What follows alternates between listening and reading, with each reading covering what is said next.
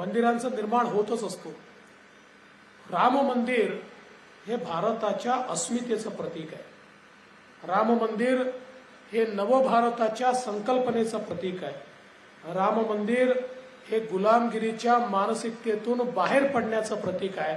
आणि म्हणूनच राम मंदिराचा उद्या ज्यावेळी आपल्या देशाचे प्रधानमंत्री माननीय मोदीजी त्या ठिकाणी रामललाच्या मूर्तीची प्राणप्रतिष्ठा करतील, तेव्हापासनं एक नवीन भारत या ठिकाणी आपल्याला पाहायला मिळेल.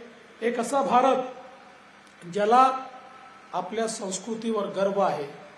एक असा भारत की जो कुठल्याही प्रकारच्या गुलामीच्या मानसिकतेमध्ये राहणार नाही, जो गुलामीची प्रत्येक निशाणी त्या ठिकाणी संपेल आणि जगाच्या पाठीवर आपला विचार दृढपणे सांगणारा भारत हा उद्यापासून आपण